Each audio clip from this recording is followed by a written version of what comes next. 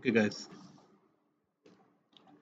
So, till sessional, we have seen uh, has a relationship as well as is a relationship, right? Okay. Has a relationship is typically called as a composition, and is a relationship is modeled by inheritance. Okay. So, the example that we were doing in geometric shape simulator. So, we have seen that we first started by making the building blocks, that is the 2D point, and then using the 2D point we if we look at the 2D point, this particular class, then this 2D point is made up of two coordinate system x and y. Okay. And if we talk about line, then we can say the line is composed of a start point and the end point. Similarly, if we say if we try to describe a triangle, then triangle is composed of the three lines or the three sides. Okay.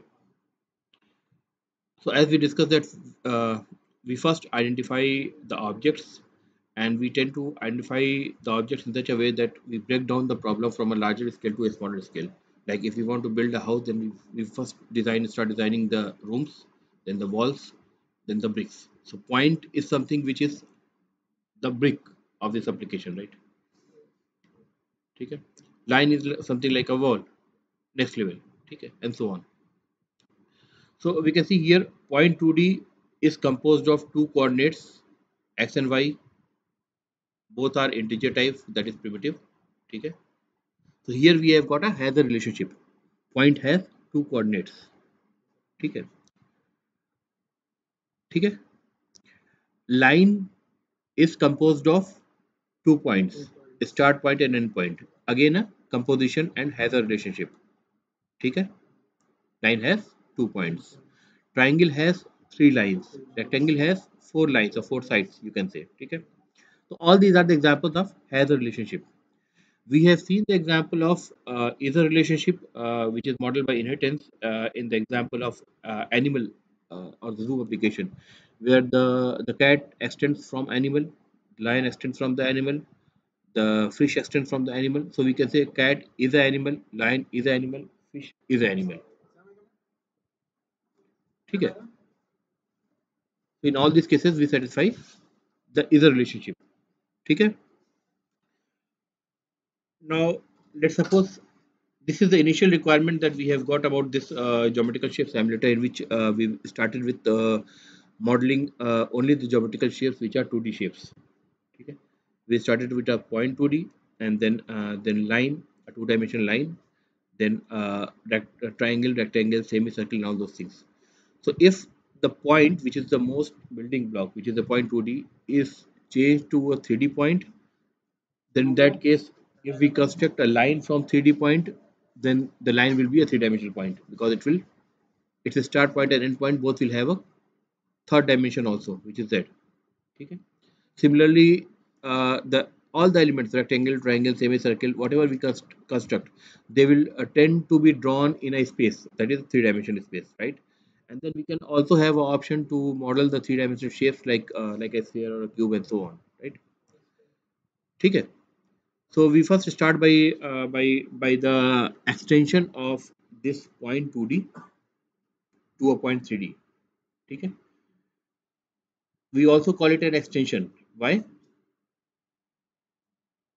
If I want to create a new, say for example, a new point, which is a 3D point, to model all the lines and the shapes uh, in three dimensions, then I will say that point 3D is a point 2D provided z is zero.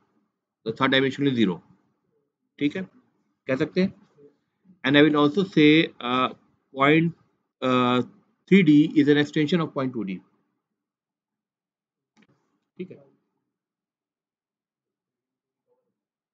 Cover तो हो रहा है. Cover हो रहा है जो आप कह रहे हैं बात, उसका मतलब क्या है कि भाई हम ये कह रहे हैं कि point 3D is a point 2D. ठीक है. तो पॉइंट 3D के अंदर वो सब कुछ है जो पॉइंट 2D में है. We cannot say point 2D is a point 3D because third dimension is missing from point 2D. ठीक है. But we can say point 3D is a point 3D provided a condition that the z dimension is zero, that lies to the origin. ठीक है, कह सकते हैं, right? अच्छा, तो अब देखिए 2 डायमेंशनल एंटिटीज के लिए हमने एक अलग पैकेज बना रखा था, राइट? 3 डायमेंशनल एंटिटीज के लिए अलग पैकेज बना रखा था, ठीक है?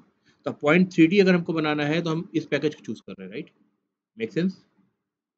इस पे राइट क्लिक करा, न्यू क्लास पॉइंट 3D, ठीक है? Now point 3D should extend from point 2D। नाम में भी सिमिलरिटी रख रहे हैं, पॉइंट 3D डिफाइन कर रहा था तो पॉइंट पॉइंट 2D डिफाइन कर रहा था तो पॉइंट 3D यहाँ पे सेम सेम सिमिलरिटी एक तरह से हम यूज कर रहे हैं नेम में, कन्वेंशन में, ठीक है? अब यहाँ इसका सुपर क्लास क्या होगा? बाय डिफॉल्ट आपको क्या दिख रहा है? जब भी हमने कोई नई क्लास बनानी शुरू करी और ये जो विजार्ड आपके सामने आता है न्यू जावा क्लास के लिए, तो इसमें जो सुपर क्लास आपको दिखता है वो क्या दिखता है? Java dot lang dot object. That means object नाम की एक क्लास है विद कैपिटल ओ, ठीक है? ठीक है? To tell you more, not only just object, we have a class with the name class also, ठीक है? देखिए कोई कम्बिनेशन नहीं है, ऑब्जेक्ट, ठीक है? ऐसे ही है जैसे हम डिफाइन करें स्ट्रिंग एस, डिक्लेयर करें, डिफाइन नहीं करें, डिक्लेयर करें, राइट? ठीक है, वेरिएबल डिक्लेयर कर रहे हैं, राइट? तो इसका मतलब क्लास और ऑब्जेक्ट नाम की भी क्लासेस है with capital C and capital O, है ना?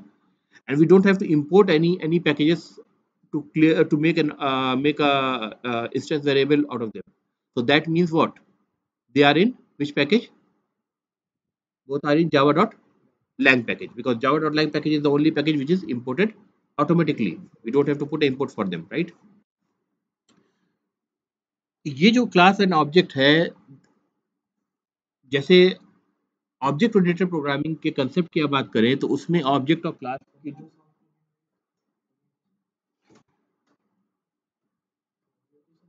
No,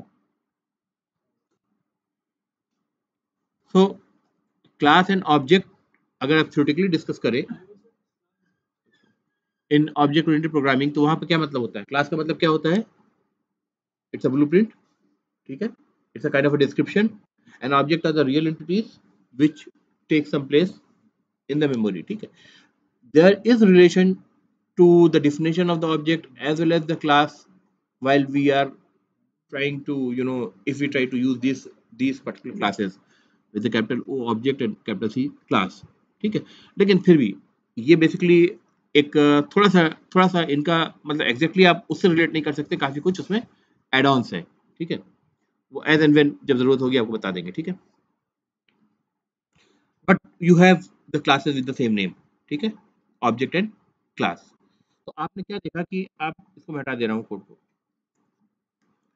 when you try to create a 3 dimensional class, new class, new set class 3D, so by default you get a super class by the name java.lang.object, ठीक है?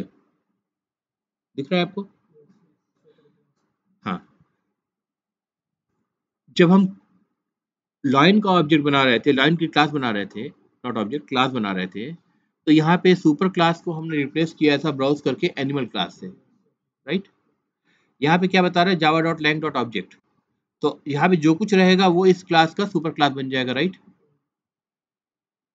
Correct?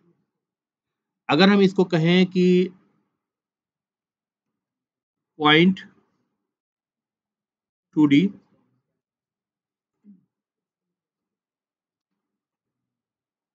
सही है? 2D ऐसे नहीं दिख रहा है, ब्राउज कर लेते हैं एक बार। देखिए पॉइंट 2D दिख रहा है आपको, ठीक है? पॉइंट 2D दो जगह से आ रहा है, so you are getting a conflict here, ठीक है? कहाँ से आ रहा है? एक तो जो आपने बनाया है two underscore dimensional underscore entities नाम के पैकेज के अंदर, ज्योमेट्रिकल शेप सिमुलेटर प्रोजेक्ट के अंदर, इसके एसआरसी में, ये आपका वाला पॉइंट 2D है जो आपने बनाया है, ठीक है? और ये पॉइंट 2D क्या है? जावा डॉट AWT से आ रहा है। AWT package abstract window toolkit package होता है, जो the basic, it is the basic package which is used for drawing, ठीक है? इट यूज्ड फॉर ड्राइंग, ठीक है? तो हमको कौन सा चाहिए? हमको तो पहला वाला चाहिए, अपने अपने बिजनेस के हिसाब से, है ना, अपने एप्लीकेशन के हिसाब से। तो जैसे ही हमने ये कर दिया, फुली क्वालिफाइड नेम दे दिया पैकेज के साथ, ठीक है? और जैसे ही हम फिनिश करेंगे, देखिए ये क्या हो रहा है? अपने आप एक्सटेंड क्लिक करके आ जा रहा है और पॉइंट 2D, ठीक है, करेक्ट।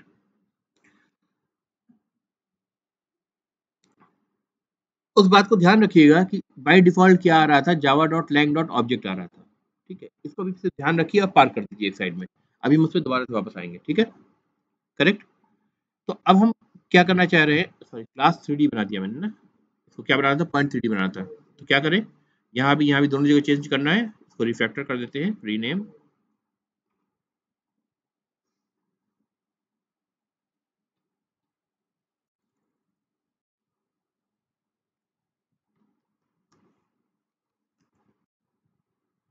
ठीक है, दोनों जगह चेंज हो गया ना। पॉइंट 2D में क्या था,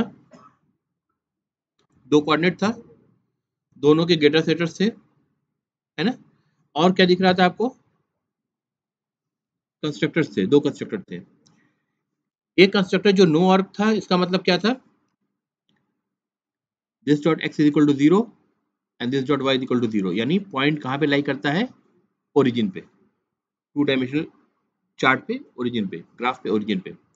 ठीक है, अगर यही कंस्ट्रक्टर हम बनाना चाहें पॉइंट 3D के लिए, तो वहां भी क्या होगा, 0 0 0, तीनों चीजें, तीनों पॉइंट एक्स वाई जेड, तीनों कोऑर्डिनेट ओरिजिन पे लाई करने चाहिए। और ये वाला कंस्ट्रक्टर क्या कर रहा है, ये दो कोऑर्डिनेट सिस्टम को ले रहा है, यानी एक्स और वाई को ले रहा है, और पॉइंट 2D के दोनों एक्स और वाई वेरिएबल को, उन वैल्यूज को असाइन कर दे रहा है, यानी जो वैल्यू आप प्रोवाइड कर रहे हैं उससे ऑब्जेक्ट को कंस्ट्रक्ट कर रहा है, राइट। ये दोनों कंस्ट्रक्टर का काम है। और गेटर सेटर मेथड्स हैं, दो पॉइंट्स है, ठीक है, फाइन। अच्छा, पॉइंट 3D में देख, एक चीज आपने देखा, यहाँ पे इंपोर्ट अपने आप आ गया, पैकेज तो ठीक है, थ्री डायमेंशनल पैकेज के अंदर बना रहे हैं, three dimensional, three underscore dimensional underscore entities के अंदर, पैकेज के अंदर बना रहे हैं, तो ये पैकेज आ गया, ठीक है। अपने आप इसने इंपोर्ट भी डाल दिया। क्यों इंपोर्ट डाला,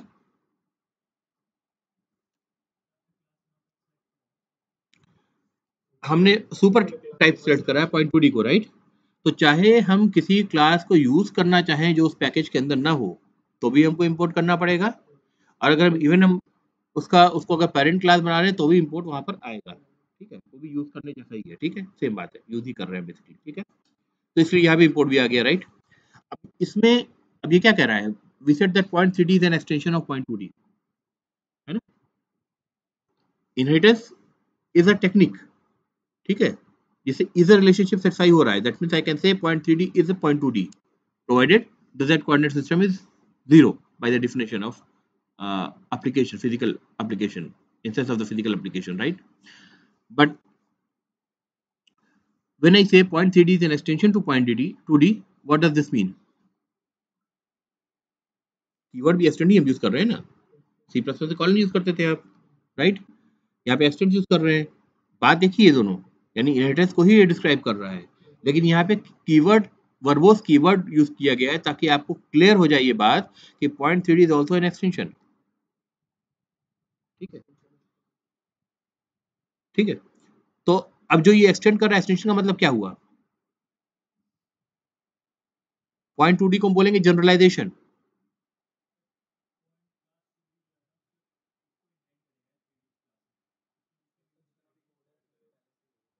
नहीं वो तो इनहेरिटेंस हो गया ना, इजे वाली बात हो गई कि भाई point 3D is also a point 2D। आगे एक्सटेंशन क्यों कह रहा हूं मैं इसको, point 3D is also an extension two point 2D।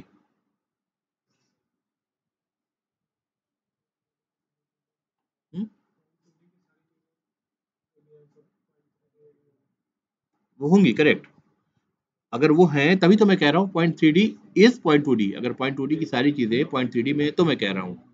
लेकिन मैं उसके साथ ये भी कह रहा हूँ point 3D is an extension two point 2D,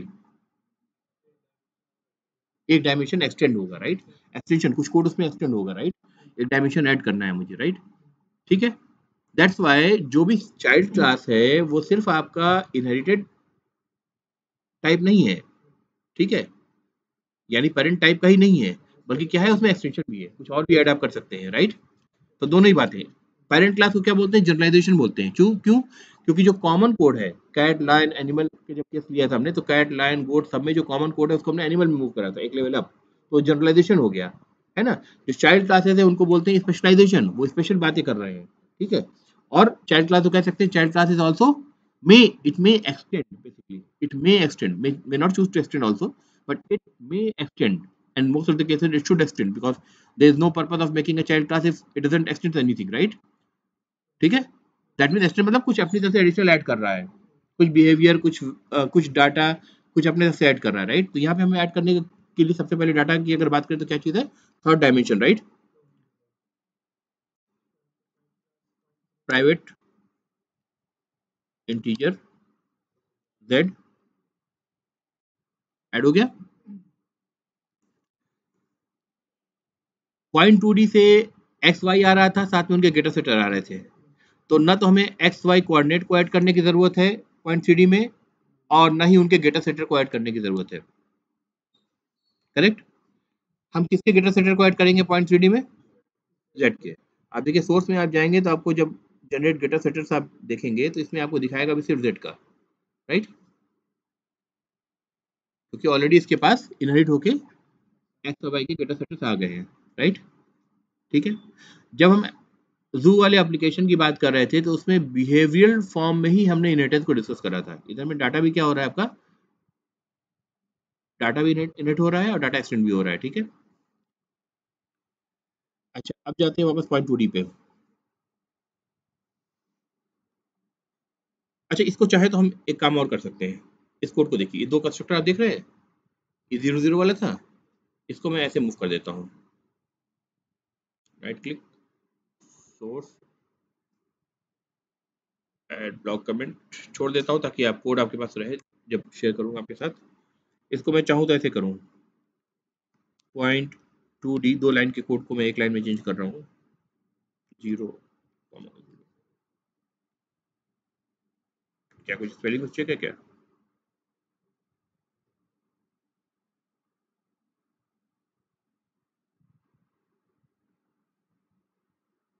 तो मेथड क्यों कह रहा है POINT? अरे सॉरी, इसको ऐसे नहीं करते ना आप, दिस, अब दिस यूज करेंगे ना, ये देखो क्या मतलब है इसका,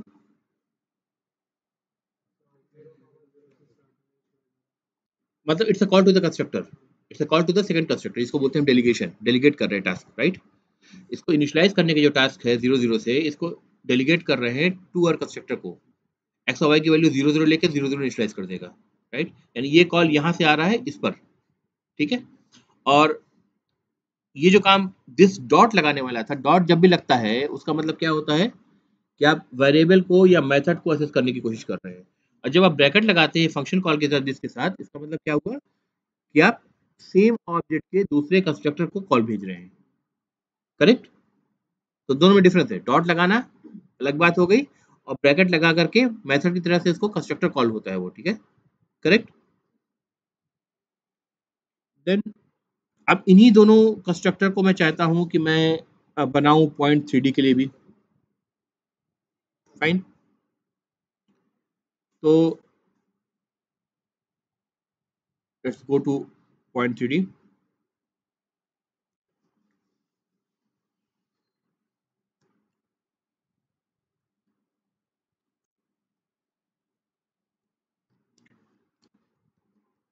integer x, integer y, integer z, तीन डायमेंशन आएंगे, यानी तीन कोऑर्डिनेट सिस्टम आएंगे इसमें, राइट?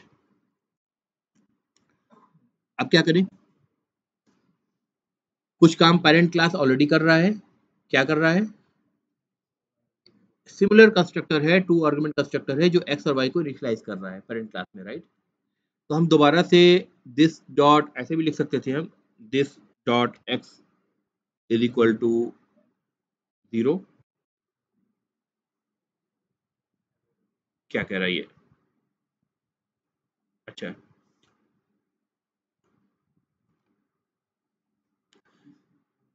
क्यों एरर दे रहा है हमें, the field point 2D dot x is not visible, ना ना इनिशियलाइज कहाँ हुआ अभी, रुको रुको रुको, ऐसे समझो, जैसे फॉर एग्जांपल अगर मैं जाऊं, यहाँ पे आऊँ मैं, ठीक है, ये दोनों जो पॉइंट्स इनको छोड़ो अभी, ठीक है, 2D पॉइंट की बात नहीं कर रहा हूँ मैं, ठीक है, नया पॉइंट बना रहा हूँ and I am only making a 3D point, ठीक है। तो कैसे बनाऊंगा point 3D, say for example P3 equal to new point 3D say 3,5,7, ऐसे ही तो बनाऊंगा ना, ठीक है। हैं?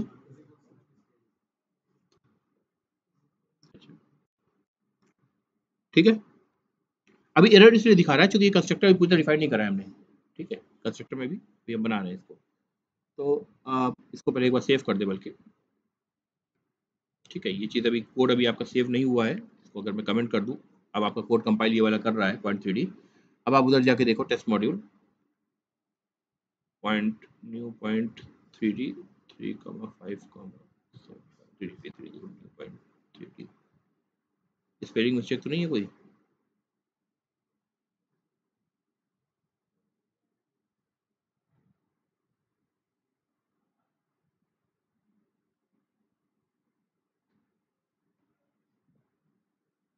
The construct point 3D is not visible.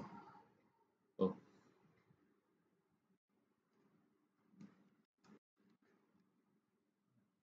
आ गया, ऐसे ही कंस्ट्रक्ट करेंगे ना, ठीक है।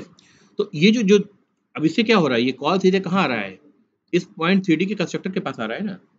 तो अभी तक तो कुछ इनिशियलाइज नहीं हुआ है, अब जो करना है हमको अब करना है, राइट।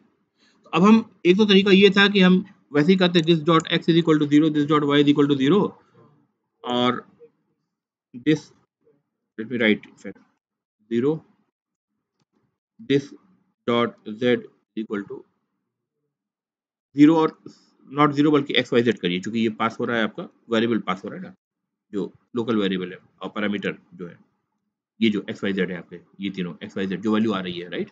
इसमें 357 आ रहा है, राइट। तो ऐसे कर सकते हैं, राइट।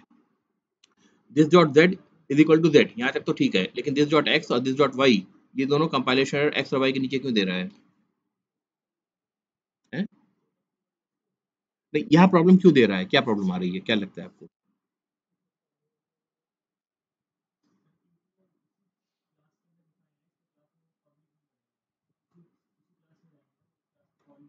उस क्लास में प्राइवेट है ना, तो क्या कह रहा है, the field point 2D dot x is not visible, ठीक है। विजिबल डायरेक्ट नहीं हो सकता आपका। अगर आपको यूज करना है तो आप कैसे करेंगे इसको, दिस डॉट, फिर आपको कहना पड़ेगा सेट, सेट एक्स, राइट, और उसमें पास करना पड़ेगा आपको एक्स की वैल्यू। अब चल रहा है। सिमिलरली दिस डॉट, क्योंकि गेटर और सेटर तो पब्लिक है ना, वो प्राइवेट नहीं है, तो आपको यूज ऐसे करना पड़ेगा अगर आप ये करना चाहते हैं तो। We are trying to see different you know techniques so that we are familiar with all kinds of code that we write, ठीक है। जरूरी नहीं है कि this is the best code और this is what I intend to write, ठीक है, but we are trying with everything, ठीक है। ऐसे होगा।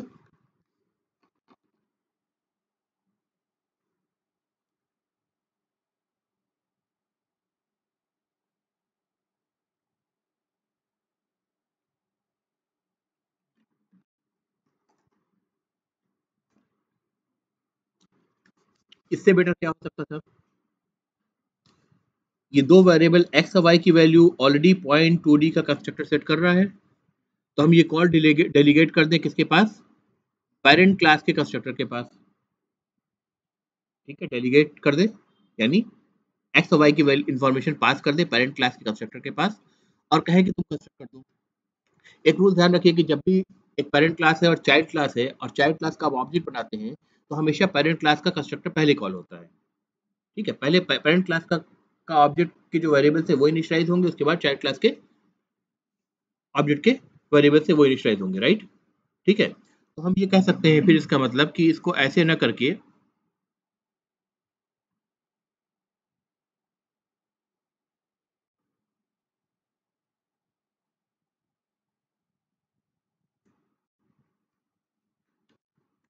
सुपर एक्स कॉमा वाई, ठीक है। जैसे दिस था, this for the same object, super is for the parent class object जो इसी का पार्ट है, एसोसिएटेड पार्ट है, ठीक है। तो उसके कंस्ट्रक्टर को आपको बताया कि पहले जो कंस्ट्रक्टर कॉल होगा पेरेंट क्लास का कंस्ट्रक्टर कॉल होगा, उसके बाद कंस्ट्रक्टर कॉल होगा चाइल्ड क्लास कॉल होगा। इसका मतलब पॉइंट 2D जो कंस्ट्रक्टर है वो पहले कॉल होगा, पॉइंट 3D कंस्ट्रक्टर से कॉल पहले उधर जाएगा कंप्लीट होने से पहले। क्या आ जाओ, जस्ट कीप कमिंग, ठीक है, कुछ जरूरत नहीं है। फाइन।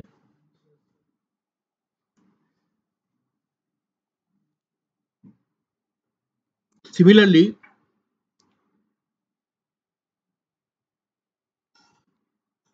पब्लिक पॉइंट 3D एक कंस्ट्रक्टर वो भी था जो 0 0 पे इनिशियलाइज कर रहा था पॉइंट 2D में, राइट। तो उसको हमें मिमिक करना है, कैसे करें बताइए।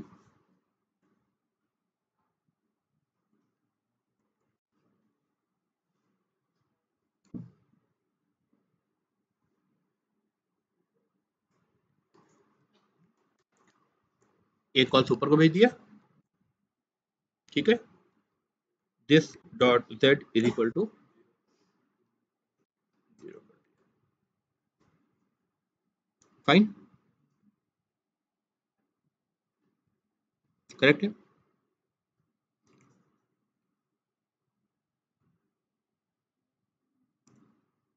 या इसके अलावा कुछ और भी कर सकते थे। एक तरीका तो ये हुआ, इसके अलावा कुछ और भी कर सकते हैं। किसको,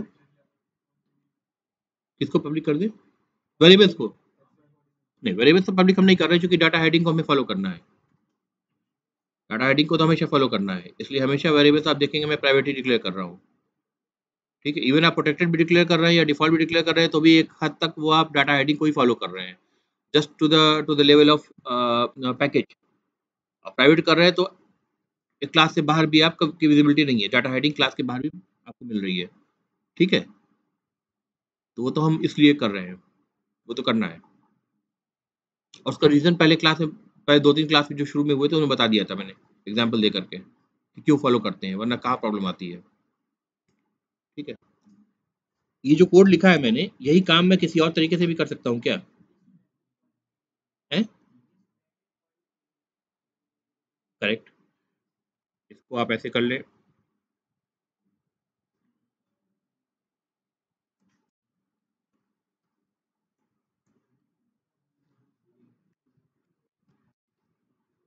ये कहना चाह रहे हैं ना आप, डेलीगेट कर दिया इसी कंस्ट्रक्टर को जिसमें एक्स वाई जेड तीनों 0 0 के पास हो गया, और यहाँ से 0 0 पास हुआ, वो 0 0 इनिशियलाइज हो गया और दिस डॉट जेड ऑलरेडी हो रहा था, ठीक है। 2 लाइन के बजाय 1 लाइन में भी आ गया काम, ठीक है, और छोटा हो गया कोड।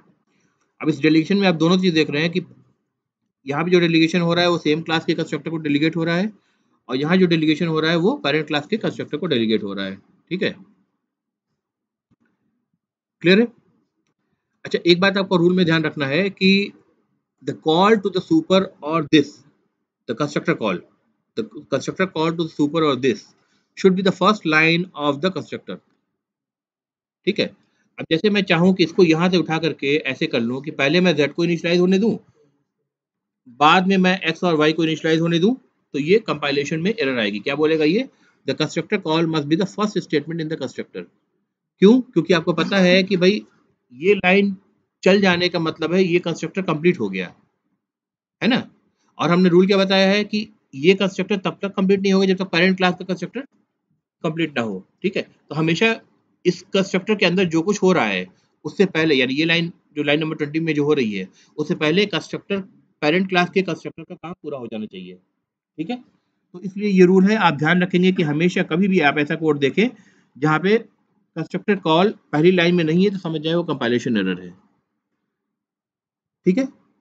हमेशा constructor call is going to the first line of the constructor in any constructor, ठीक है। Next, can we have a call to super and this both in the same constructor, is it possible। मतलब जैसे ये constructor है इसी के अंदर अभी यहाँ सुपर लिखा है, नीचे मैं दिस भी लिख दूं, एक दिस कंस्ट्रक्टर कॉल, क्या ये पॉसिबल है।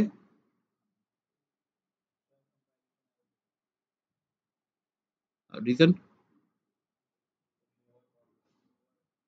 2 बार कॉल से मतलब नहीं है, अभी जो रीजन बताया सेम रीजन है। The call to the super और this should be the first statement, तो दूसरा जो दिस या सुपर हो रहा है वो तो सेकंड स्टेटमेंट हो गया ना, तो आपको रीजन वही बताएगा वो। अब जैसे मैं कहूँ कि दिस, सॉरी, दिस नो और वाला, ये वाला हो गया ना, ठीक है, इसके लिए क्या कहेगा ये, तो देखिए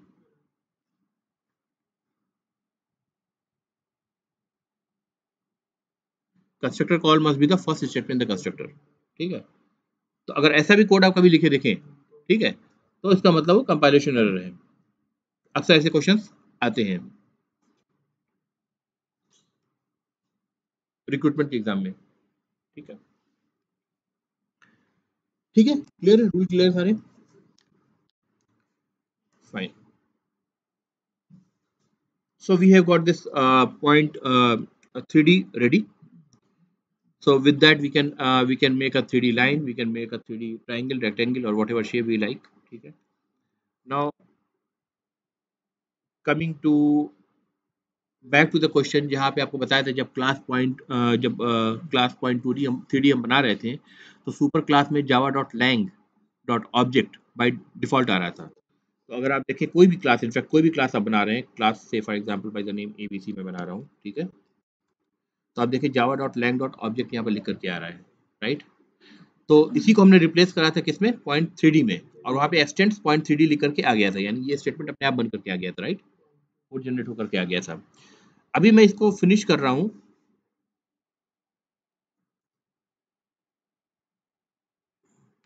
देखिए एबीसी क्लास तो बनी, लेकिन extends Java dot lang dot object लिख करके आया क्या, नहीं लिख करके आया, बाय डिफॉल्ट है।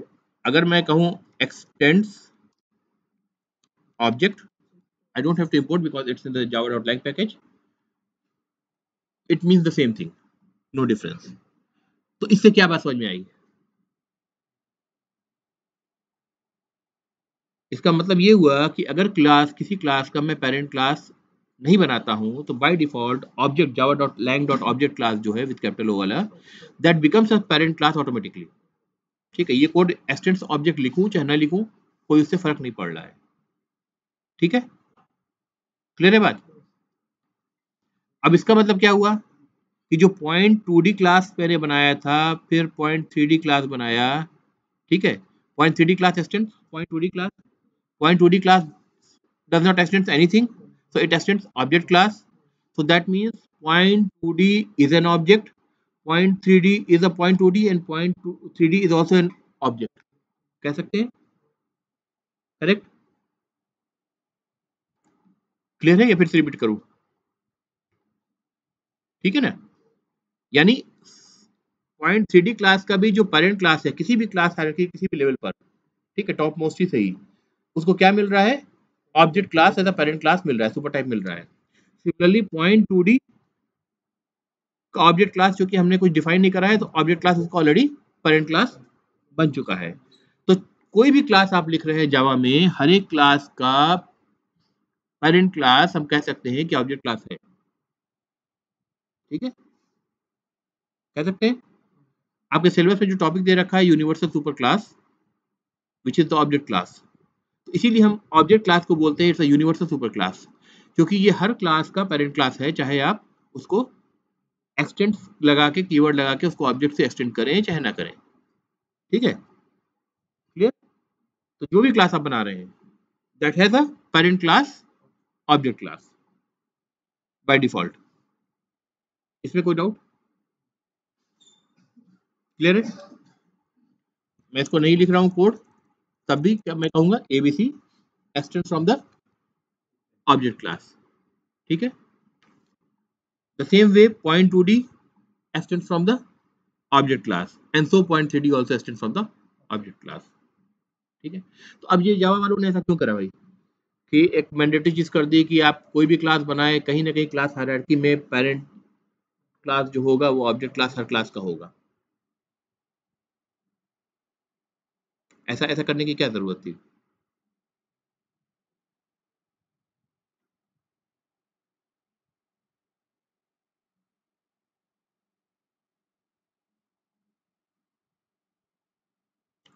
अभी हमने कुछ टर्म यूज करे थे, जनरलाइजेशन एंड स्पेशलाइजेशन, इसके कंटेक्स्ट में सोचिए, जनरलाइजेशन का मतलब क्या हुआ? जो सबसे कॉमन चीज है वो टॉप लेवल पे आप पहुंचा रहे हैं, जनरलाइज्ड कोड। ठीक है। स्पेशलाइजेशन, वो जनरलाइज कोड के साथ कुछ ना कुछ उसके अंदर स्पेशलाइज भी है। जैसे animal is something which is generalise class, lion is a special और one of the animals child class, specialisation उसको बोल रहे हैं, राइट? ठीक है। इसके कंटेक्स्ट में सोचिए, कोई रीजन समझ में आ रहा है?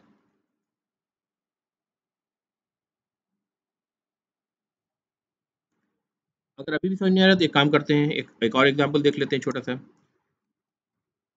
ऑब्जेक्ट क्लास का एक वेरिएबल बना लेते हैं। ठीक है, स्मॉल ओ से ओ डॉट लगाइए, क्या दिख रहा है आपको?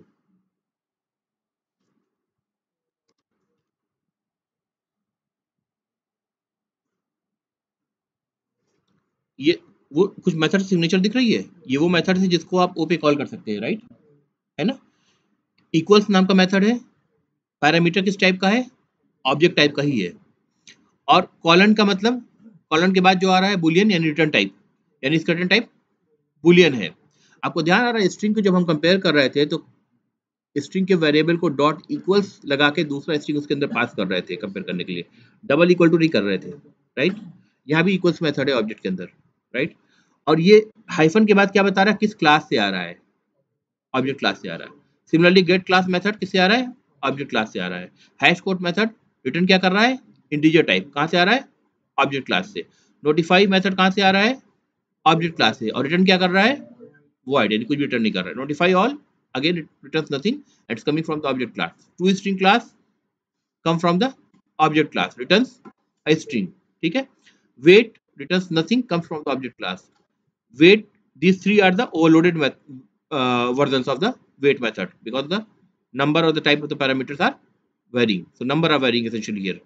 So wait, it takes time out in milliseconds, it returns nothing, and it is coming from the object class. Similarly wait, this method takes time out in milliseconds and nanos, returns nothing, and is coming from the object class. तो ये सारे method जो दिख रहे हैं ये object class से आ रहे हैं, राइट? अब जरा P1 को देखिए, P1 किसका ऑब्जेक्ट है? पॉइंट टू डी का। P1 डॉट, देखिए P1 पे आपको वो सारे मेथड दिख रहे हैं जो आपको ऑब्जेक्ट क्लास में दिख रहे थे, एग्जैक्टली सेम दिख रहे हैं ना? साथ में पॉइंट टू डी के भी मेथड्स आपको दिख रहे हैं, गेट एक्स गेट वाई भी दिख रहे हैं, राइट? और यहाँ पे देखिए ये पॉइंट टू डी लिख करके आ रहा है ना, इसका मतलब ये ऑब्जेक्ट से नहीं पॉइंट टू डी से आ रहा है, हाइफन के बाद, है ना? दिख रहा है आपको? हैश कोड कहाँ से आ रहा है? ऑब्जेक्ट से आ रहा है। सेट एक्स इन एक्स जो पास हो रहा है ये पॉइंट टू डी से आ रहा है, right? Set y point two D से आ रहा है।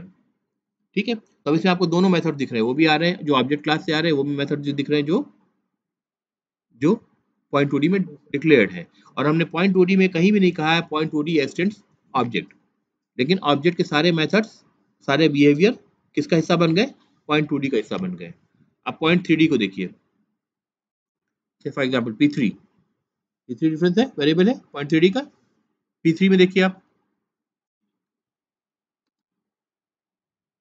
सारे मेथड्स जो ऑब्जेक्ट क्लास से आ रहे हैं, इक्वल्स गेट क्लास ये सारे आ रहे हैं। फिर पॉइंट टू डी के सारे मेथड जो पब्लिक है, get x get y get set, point three D का हो गया।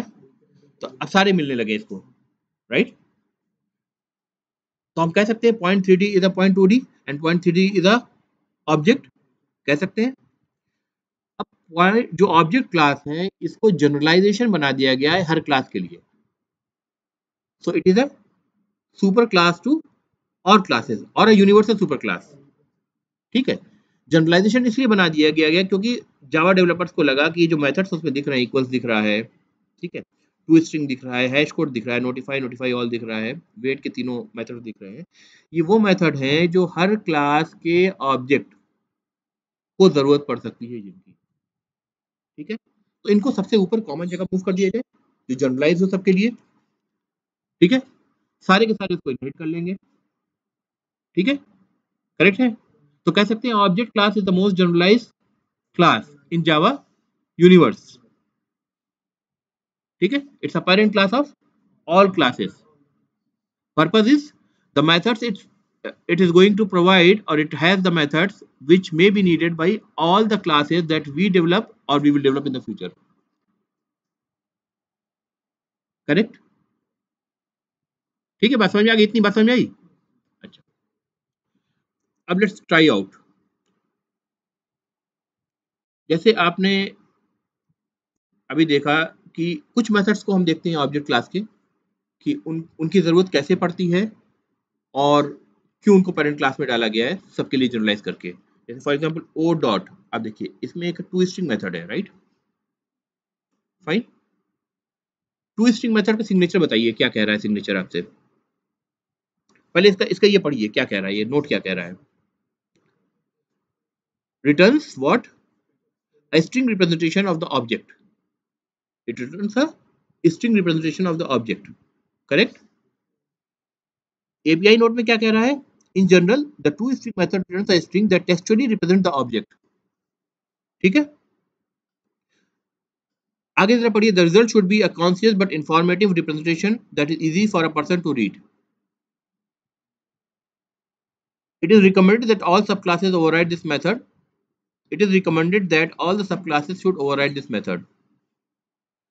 The string output is not necessarily stable over time. और ये छोड़िए इसको. ठीक है? तो एक चीज समझ में आई कि ये टू स्ट्रिंग मेथड स्ट्रिंग को रिप्रेजेंट कर रहा है, ऑब्जेक्ट क्लास से आ रहा है, और ये क्या, इसका पर्पस क्या है, इस मेथड के होने का पर्पस क्या है? बाय डेफिनेशन ये है कि भाई to string method should return a string that conceptually और that should naturally represents an object. Correct? अभी ऑब्जेक्ट वो आपने जैसे ये बनाया है, तो अभी तो डिक्लेयर करा है. अगर हम इसको प्रिंट करने की कोशिश करेंगे तो क्या होगा? नल प्रिंट होगा, इसके अंदर नल है. अगर हम इसको ऐसे कर दें, equal to new object, fine. और अब हम क्या करते हैं, इन चीजों को जरा सभी हम हटा दे रहे हैं ताकि आप कोड जो देखें. बस अभी प्रिंटिंग का कोड हमारे पास कुछ भी नहीं है, system dot out dot println कुछ भी नहीं है. यहाँ पे एक कोड हम डाल दे रहे हैं, system dot out dot println, और उसमें हम क्या पास कर दे रहे हैं? ओ. सिर्फ ओ पास कर दिया, राइट? प्रिंटलन मेथड क्या पैरामीटर लेता है? Println is a method, right? क्या पैरामीटर लेता है, किस टाइप का पैरामीटर लेता है? कैसे पता करेंगे? माउस को होवर कर लीजिए तो पता चल जाएगा. क्या दिख रहा है?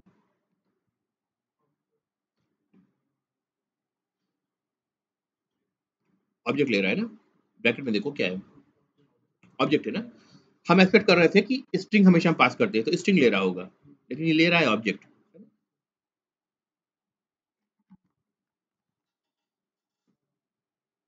तो जब ये ऑब्जेक्ट ले रहा है तो इसका स्ट्रिंग कैसे प्रिंट हो जाता है जो भी हम पास करते हैं? इसका मतलब अगर डबल कोड के अंदर हम एबीसी भी पास करें तो आप देखिए अब ये स्ट्रिंग में कन्वर्ट आपको दिखा रहा है, राइट? ठीक है, फाइन. और अगर हम इसमें पास करें ओ तो क्या दिखा रहा है? ऑब्जेक्ट दिखा रहा है.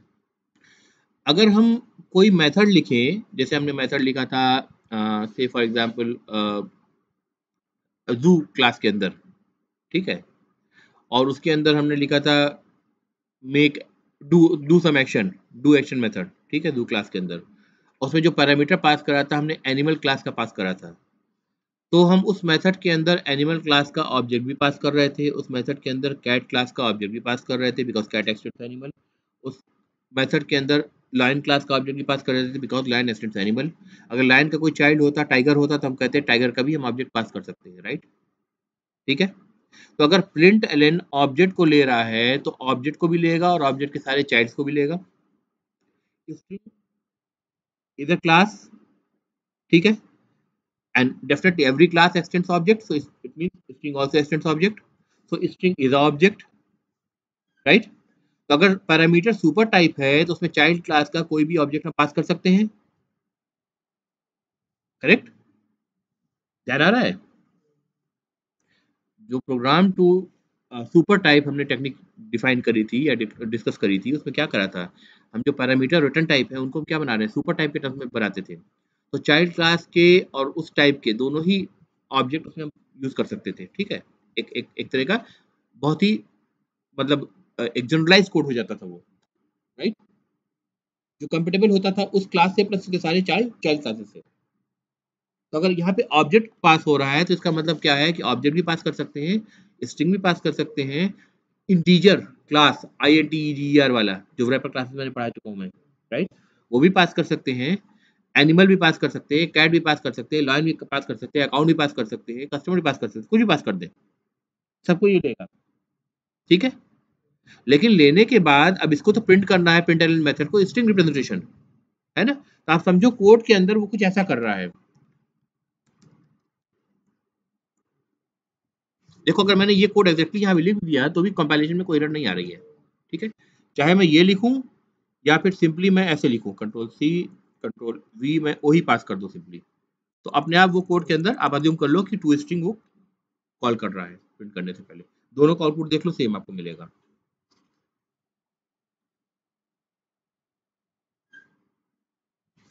दिख रहा है, सेम आउटपुट है, चाहे टू स्ट्रिंग लिख करके हम पास करें चाहे हम सिंपली ओ पास कर दें। ये आउटपुट क्या है, क्या समझ में आ रहा है इसको देखिए फॉर्मेट इसका।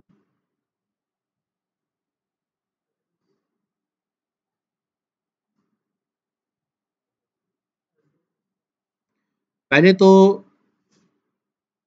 जिस क्लास का रेफरेंस वेरिएबल है उस क्लास का नाम, fully qualified name, Java dot lang dot object print करा उसने, फिर एट सिंबल प्रिंट करा, that mean this object is at this location, और ये कुछ हैश कोड प्रिंट कर रहा है, this is actually a resemblance of the location of this object in the heap, ठीक है। तो अगर हम ऐसे करें, इसको कहें ओवर कह दें हम, ठीक है, और एक दूसरा ऑब्जेक्ट बना दें,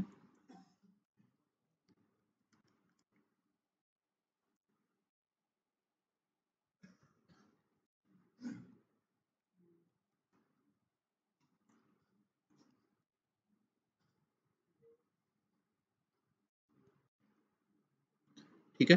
पहले में हम क्या करें, O1 पास कर दें, अब तक दोनों सेम आ रहा था, राइट, क्योंकि बेसिकली टू स्ट्रिंग मेथड ही कॉल हो रहा था इस पे भी। O1 O2 पास कर दें, अब क्या रिजल्ट हम एक्सपेक्ट करेंगे, क्या डिफरेंस रहेगा, हैश कोड में डिफरेंस रहेगा, है ना, क्योंकि दोनों ऑब्जेक्ट अलग अलग मेमोरी लोकेशन में बन रहे हैं, ठीक है, अलग अलग मेमोरी लोकेशन में बन रहे हैं, राइट, हीप में दो अलग अलग स्पेस ऑक्यूपाई कर रहे हैं, तो इनका हैश कोड भी डिफरेंट है। We can not use this hash code to directly reach to the object, the JVM knows how to reach using this hash code, because if this would have been possible, then why there is a restriction on the pointers, ठीक है। Pointers पे restriction का पहला purpose ही यही है कि आपको memory को directly as a developer access ना करने दिया जाए, वरना आप मेमोरी को एक्सेस कर सकते हैं तो रीड करने के साथ साथ राइट भी कर सकते हैं आप, और राइट कर सकते हैं मतलब आप मेमोरी के लोकेशन को करप्ट कर सकते हैं, उस मेमोरी लोकेशन को जो कोई और एप्लीकेशन यूज कर रहा है, ठीक है, मल फंक्शन करेंगे ना किसी और एप्लीकेशन को, ठीक है, प्रॉब्लम कर दिया आपने किसी और एप्लीकेशन के लिए, चलते एप्लीकेशन को बंद कर दिया, ठीक है, तो ये कर सकते हैं, राइट। तो security reason, we know that Java is a secure language, तो ये क्या करता है, आपको पॉइंटर्स का एक्सेस नहीं देता है, इसलिए आप ये मत समझे कि हैश कोड यूज करके आप डायरेक्टली JVM तक पहुंच सकते हैं, उसका एल्गोरिथम JVM को पता है कि कैसे इसको कन्वर्ट करें और किस तरह से उस ऑब्जेक्ट तक पहुंचे, बट रिप्रेजेंटेशन पर्पस के लिए उसे रिप्रेजेंट कर दिया कि भाई ये दोनों अलग अलग ऑब्जेक्ट हैं, इनके अलग अलग हैश कोड है, ठीक है,